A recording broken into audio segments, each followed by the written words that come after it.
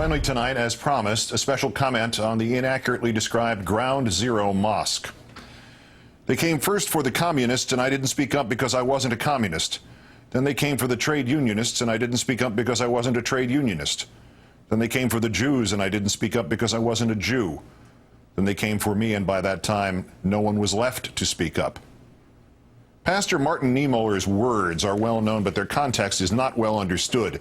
Niemöller was not speaking abstractly. He witnessed persecution, he acquiesced to it, he ultimately fell victim to it. He had been a German World War I hero, then a conservative who welcomed the fall of German democracy and the rise of Hitler, and he had few qualms about the beginning of the Holocaust until he himself was arrested for supporting it insufficiently. Niemöller's confessional warning came first in a speech in Frankfurt in January 1946, 8 months after he had been liberated by American troops. He had been detained at Tyrol, Sachsenhausen, and Dachau for 7 years. Niemöller survived the death camps. In quoting him, I make no direct comparison between the attempts to suppress the building of a Muslim religious center in downtown Manhattan and the unimaginable nightmare of the Holocaust. Such a comparison is ludicrous. At least it is now. But Niemöller was not warning of the Holocaust. He was warning of the willingness of a seemingly rational society to condone the gradual stoking of enmity towards an ethnic or religious group, or more than one. Warning of the building up of a collective pool of national fear and hate. Warning of the moment in which the need to purge outstrips even the parameters of the original scapegoating. When new victims are needed because a country has begun to run on a horrible fuel of hatred, magnified, amplified, multiplied by politicians and zealots within government and without. Niemöller was not warning of the Holocaust. He was warning of the 1,000 steps before a Holocaust became inevitable. If we are at merely the first of those steps again today, here, it is one step too close. Yet, in a country dedicated to freedom, forces have gathered to blow out of all proportion the construction of a minor community center to transform it into a training ground for terrorists and an insult to the victims of 9/11 and a tribute to medieval Muslim subjugation of the West. There is no training ground for terrorists. There is no insult to the victims of 9/11. There is no tribute to medieval Muslim subjugation of the West. There is, in fact, no Ground Zero Mosque. It isn't a mosque. A mosque, technically, is a Muslim holy place in which only worship can be conducted. What is planned for 45 Park Place, New York City, is a community center. It's supposed to include a basketball court and a culinary school. It is to be 13 stories tall, and the top 2 stories will be a Muslim prayer space. What a cauldron of terrorism that will be. Terrorist chefs and terrorist point guards. And truly, those who will use the center have more to fear from us than us from them. For there has been terrorism connected to a mosque in this country in this year. May 10th, Jacksonville, Florida, a pipe bomb at the Islamic Center of Northeast Florida. The FBI thinks the man in this surveillance video could be the bomber. The bomb went off during evening prayers, and it was powerful enough to send shrapnel flying 100 yards. Fortunately, the bomber didn't know where to place it, so the 60 Muslim worshippers were uninjured. If he had put it inside and not outside, they'd have been dead, and you probably would have heard about it on the news. Or maybe not. Maybe those exploiting 45 Park Place would still shake their fists and decry terrorism by extremists who happen to be Muslim and never face the shameful truth about our country. As the Jacksonville mosque bombing shows, since 9/11, Muslims have been at far greater risk of being victims of terrorism in the United States than have non-Muslims. But back to this Islamic center. Its name, Cordoba House, is not a tribute to medieval Muslim subjugation of Spain. Newt Gingrich has been pushing that nonsense that Cordoba is Muslim dog whistle for triumphalism. It refers to Cordoba, Spain, the capital of Muslim conquerors who symbolized their victory over the Christian Spaniards by transforming a church there into the world's 3rd largest mosque complex. Today, some of the mosque's backers insist this term is being used to symbolize interfaith cooperation, when in fact every Islamist in the world recognizes Cordoba as a symbol of Islamic conquest. Those Muslim conquerors are a figment of Mr. Gingrich's lurid imagination. In Spain, in Cordoba, though the Muslims established multicultural, non-denominational institutions of learning, they were under constant attack from Christian armies and from a series of internal all-Muslim civil wars. The Muslims lost Cordoba, and the Christian church they transformed into the world's 3rd largest mosque complex, that was turned back into a Christian cathedral. in the 13th century, and it has been one ever since. And is there not a logical extension to Mr. Gingrich's conclusions about Cordoba and triumphalism? Virtually every church, virtually every synagogue, indeed every mosque built on this continent stands where a Native American lived or died or was buried or saw his world, his religions included, wiped out by us. What are we then, Mr. Gingrich?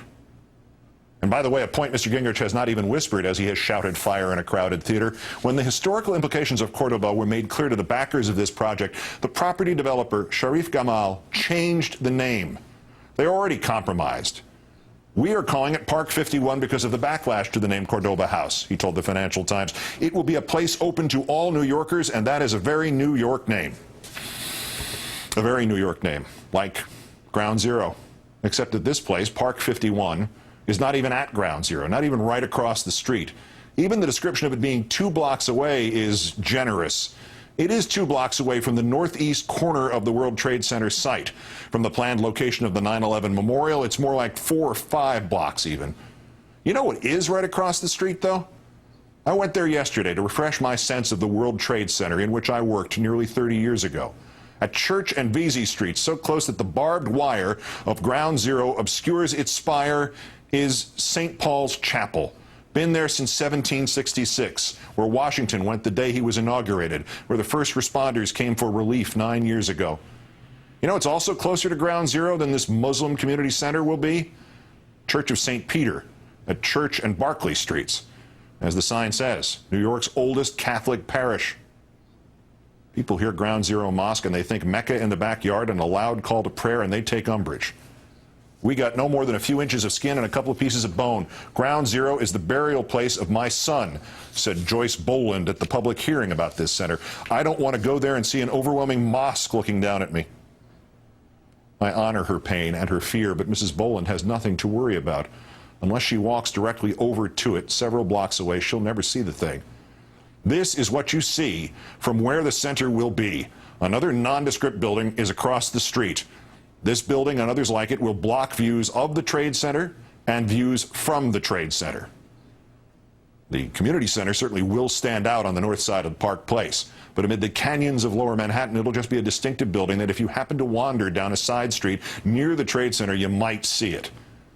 You know what you'll see there now?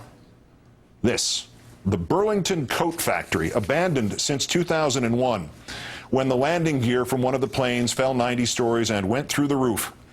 For 9 years, nobody's been willing to buy that building, just to knock it down and build a new one. It's sold for $4,850,000. In New York City real estate, that is spare change.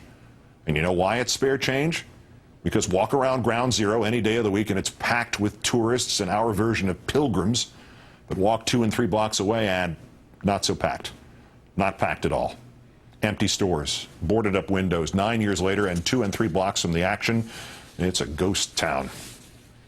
What was that about government not getting in the way of private business? What was that about letting the private sector spur new jobs in blighted areas? Oh, and what was that about Iraq? Why did we go into Iraq again?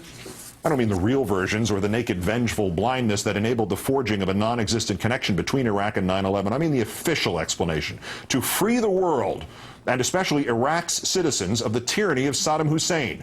That's its supporters' defense of the Iraq invasion to this hour. Well, who lives in Iraq? Muslims. I hate to reveal this to anybody on the right who did not know this, but when they say Iraq is 65% Shia and 32% Sunni, you do know that Shia and Sunni are both forms of the Muslim religion, right? We sacrificed 4,415 of our military personnel in Iraq to save Muslims, and there are thousands of us still there tonight to protect Muslims, but we don't want Muslims to open a combination culinary school and prayer space in Manhattan? From the beginning of this nation, we have fought prejudice and religious intolerance, and our greatest enemy, stupidity exploited by rapacious politicians. It is only 50 years now, this month, since Americans publicly and urgently warned their countrymen not to support presidential candidate because he was a Roman Catholic. He would bow to the will not of the American people, but of the Pope. He would be a papist. He would be the agent of a foreign state. His name was John Fitzgerald Kennedy. Despite the nobility of our founding and the indefatigable efforts of all of our generations, there have always been those who would happily sacrifice our freedoms, our principles, to ward off the latest unprecedented threat, the latest unbeatable outsiders. And once again, at 45 Park Place, we are being told to sell our birthright to feed the maw of xenophobia and vengeance and mob rule. The terrorists who destroyed the buildings from which you could only see 45 Park Place as a dot on the ground wanted to force us to change our country, to become more like the ones they knew. What better way could we honor the dead of the World Trade Center than to do the terrorists' heavy lifting for them? And do you think 45 Park Place is where it ends? The moment this monstrous betrayal of our America gained the slightest traction, the next goal was unveiled. No more building permits for any mosques in this country, brayed a man from the euphemistically named American Families Association. Of course, he said maybe the permits could be granted if the congregation, quote, was willing to publicly renounce the Koran. They came first for the building permits. But back to downtown. Does the name Masjid Manhattan mean anything to you? Let me take you in conclusion to 20 Warren Street, New York City. Not much to look at. Not from across the street, not from up close. That open door there, that's the only thing that distinguishes it from the rest of the grill fronts of the neighborhood. That and the yellow sign there, entrance to Islamic Center. It's in the basement. It's a Muslim house of worship, Masjid Manhattan. It lost its lease in a larger building down the street 2 years ago. The new facility is so small that only about 20% of worshipers can use it at a time, but Masjid Manhattan opened in early 1970. 4 blocks away, the World Trade Center opened in December 1970. The actual place that is the real-life equivalent right now of the paranoid dream contained in the phrase Ground Zero Mosque has been up and running since before there was a World Trade Center and for the 9 years since there has been a World Trade Center, running without controversy, without incident, without terrorism, without protest. Because this is America, damn it. And in America, when somebody comes for your neighbor or his Bible or his Torah or his atheist manifesto or his Koran, you and I do what our fathers did and our grandmothers did and our founders did. You and I speak up. Good night and good luck.